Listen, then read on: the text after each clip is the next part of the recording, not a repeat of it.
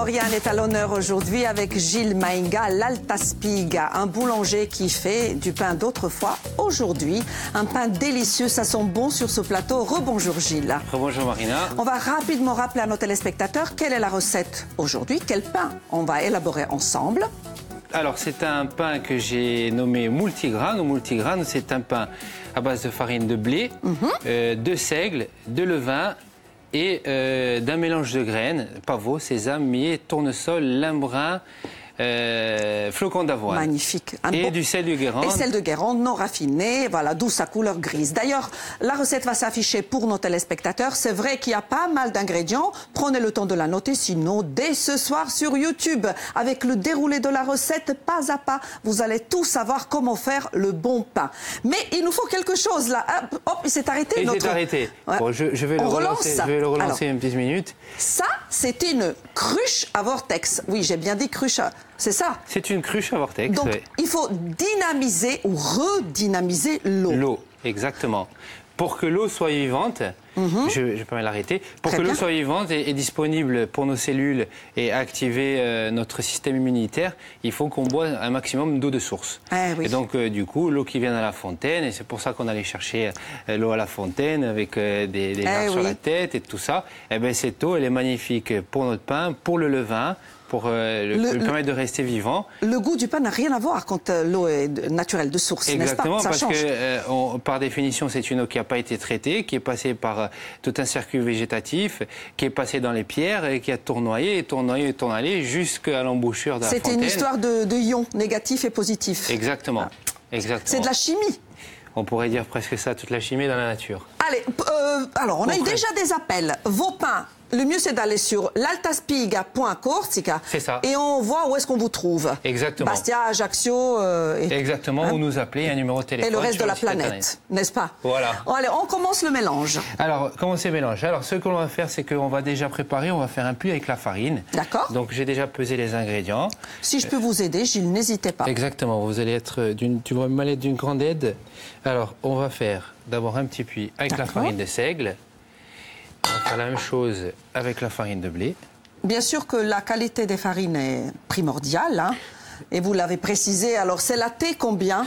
Rappelez-nous. Donc, pour la farine de blé, c'est la T80. Donc, c'est une farine semi-complète. Okay. On travaille qu'avec des farines qui commencent à partir des semi-complètes. D'accord. Pour la simple raison qu'elles sont intéressantes nutritionnellement parce qu'il y a du son de blé à l'intérieur, voire donc de l'enveloppe, bien sûr, c'est du son. Et aussi, pour les farines les plus complètes, du germe de blé. Super. Là, on a fait le puits. On a fait un petit puits. Alors, ensuite... Vous me direz à quel moment j'interviens, hein? Exactement. Sel. Vous allez intervenir sur de l'eau. Voilà. Tout est pesé, bien sûr. Alors, j'imagine que c'est très précis. Juste le sel. Oui, c'est très précis. Alors, les recommandations de l'OMS, oui. Au niveau du sel, c'est à peu près 18... L'Office mondial pour la santé. Exactement. C'est 18 grammes au kilo de farine. Très bien, donc, pour notre santé. Pour nos artères. Pour nos artères. Donc le sel, on aurait pu le mettre un petit peu après, mais là, je l'ai réparti bien dans la farine. De toute façon, on fait tout en même temps. Donc, alors le levain. Là, le levain. Le levain qu'on va disposer au milieu. Qui a quel âge? Il doit avoir au moins 40 ou 50 ans. Hein. C'est ça qui est passionnant, cette matière vivante. Hein? Exactement. Alors, on peut démarrer des levains en 7 jours, il n'y a aucun souci. Oui. C'est la façon dont on s'en occupe qui est le plus important. Après, le levain, comme l'eau qui a une mémoire, il va prendre la mémoire d'où il est. Il va se sentir bien où il est. On va le chouchouter, il va sentir bien, il va nous le restituer. Vous êtes gentil avec votre levain, vous lui parlez, vous lui... Exactement. Oui.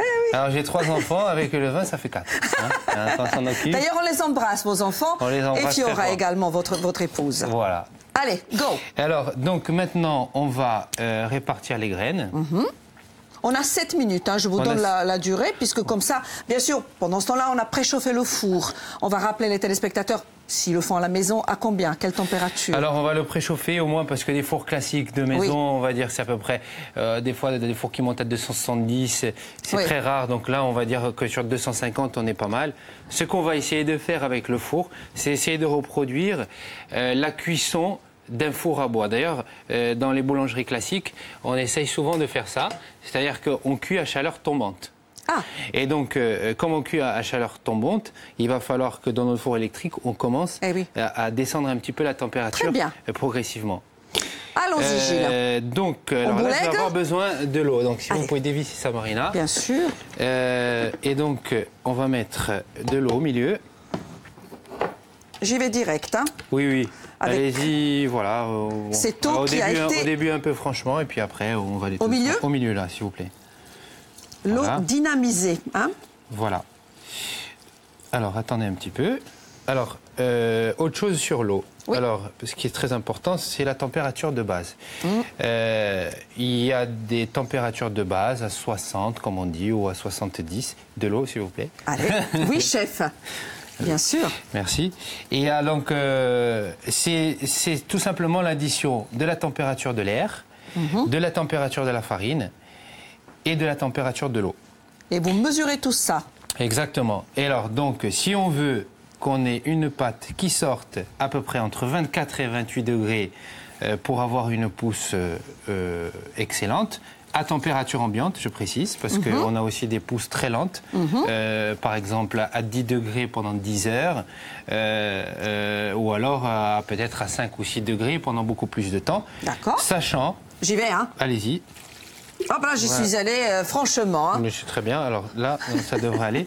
Alors, il faut surtout pas s'inquiéter. D'abord, quand on y va avec la pâte, on y met plein de bonnes énergies. On laisse les petits soucis dans les coins. On est vraiment... tout se transmet sinon. Tout se hein. transmet. Ça, je suis d'accord. Ben oui, bien sûr. Tout se transmet. Encore, hein. Non, je pense que ça va être bon. Ah ouais, basta. Alors, tout se transmet. Je vous dis juste qu'il reste 4 minutes pour qu'on puisse calculer avec l'autre pâte qui est prête. D'accord. Pour la mettre en forme et tout, et tout, et tout. Donc voilà, là maintenant, on va... Ça sent bon. On va... Alors, pendant que vous mélangez, je vais montrer à nos téléspectateurs ce pain que nous avons coupé, bien sûr, ce côté alvéolé. Ça vraiment... Là, de ton côté, Jean-Mi, allez, je te le montre. On le voit très très bien. Il respire, ce pain. Oui. Ces alvéoles, ça c'est dans le pétrissage, dans le pliage. Alors, il est où le secret, chef? Alors le secret, c'est d'abord du temps. Et de l'amour. Et ensuite, il y a le secret des rabats. Alors ce qu'on appelle les rabats, c'est-à-dire qu'on va faire abattre la pâte sur elle-même. Oui. Dans la première fermentation de la pâte, c'est-à-dire à peu près, on va dire grosso modo sur 1h30, hein, quand on est à température ambiante, on va essayer de faire 2 ou 3 rabats. D'accord. Alors là maintenant, ce que je vais vous demander, on va aller sur la deuxième pâte. Je débarrasse ça. Voilà, donc là on déménage, on sort du temps et on sort l'autre. On sort l'autre, vous pouvez la mettre là. Je mets là. Elle est ici. Ouais. Donc cette pâte que nous venons de faire, on va la couvrir. Ouais. On va la couvrir. Et on va la laisser pousser pendant 1h30, sachant que on va lui effectuer des rabats. Alors là, j'ai récupéré une pâte qui a poussé. D'accord. J'adore le geste. Qu'est-ce que c'est beau. Je vais goûter, chef. Ça, c'est le pain aux olives. Hein. Oui. On ne peut pas résister. Alors, délicieux. Cette pâte a poussé à peu près. On farine le plan de travail, toujours, voilà, sinon ça colle. Il ne faut pas trop fariner parce que ça se mélange. On change la consistance du pain. Ça se mélange, voilà, et on change un peu la consistance du pain. Alors voilà, vous voyez cette pâte qui a poussé, il y a déjà des alvéoles. Ah ouais. On a vu, je vais montrer pour que vous le voyez bien. Voilà. Donc voilà, on a cette pâte-là, et cette pâte, on va effectuer des rabats. Donc c'est ce qu'on aurait fait avec celle qui est juste derrière moi. Pour obtenir les alvéoles. Pour obtenir les alvéoles. Voilà. Et on va faire en sorte qu'elle se tienne toute seule. Voilà. Ah oui. Voilà. Et donc cette pâte-là, on va la remettre et on va la laisser pousser gentiment. Et on réinterviendra. Combien de temps, chef? Pour laisser pousser encore. Bon, ben là, on considère qu'on était sur l'heure et demie, donc on va faire toutes les demi-heures. On va faire 2 rabats. On va faire 2 rabats, ça suffira très bien parce que vu la force du levain, elle pousse quand même assez vite. Et moi, je montre vos brioches sucrées, mais à la farine complète. C'est ça? À la farine semi-complète. Semi-complète, pardon. T80 est ici. Et donc tout le vin avec du lait, avec de l'huile d'olive, du sel Guérande, du sucre de canne, Magnifique. Voilà. 1 minute 30. 1 minute 30. Maintenant, on prend notre pâton qu'on a divisé. On lui donne une forme. On va lui donner une forme. Et là, on regarde. Alors, on va lui donner une forme. Ce qu'on va effectuer, c'est une clé. Ce qu'on appelle la clé, c'est ce qui va être en dessous. Et alors, purement et bêtement, je vous montre ici. On va essayer de refermer le pâton sur lui-même. D'accord. Et donc, une fois qu'il se tient sur lui-même, c'est bon, on a gagné. Je peux toucher. Allez-y. Oh, j'adore. En plus, vous êtes plein de bonne énergie, donc c'est magnifique. J'adore. Allez, bon pain. Ensuite, oui. Ce que l'on va faire, c'est qu'on va le mettre en forme ovale. Très bien. Voilà. Il est prêt, il se tient. On va sortir.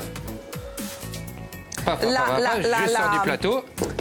Le plat qui est tout chaud. Allez-y, ne vous brûlez pas. Vous avez les maniques. J'ai les maniques. On sort. Ce plat qui est chaud bouillant, c'est un plat pizza, n'est-ce pas? C'est un plat à pizza en céramique qui permet de pouvoir faire lever le pain. Et vous allez poser ce pain dessus. On pose le pain dessus. Et après la cuisson, on le farine. Un tout petit peu. Farinez-le, on a 20 secondes. 20 secondes, on lui fait un joli dessin en zigzag. C'est important le dessin. Voilà.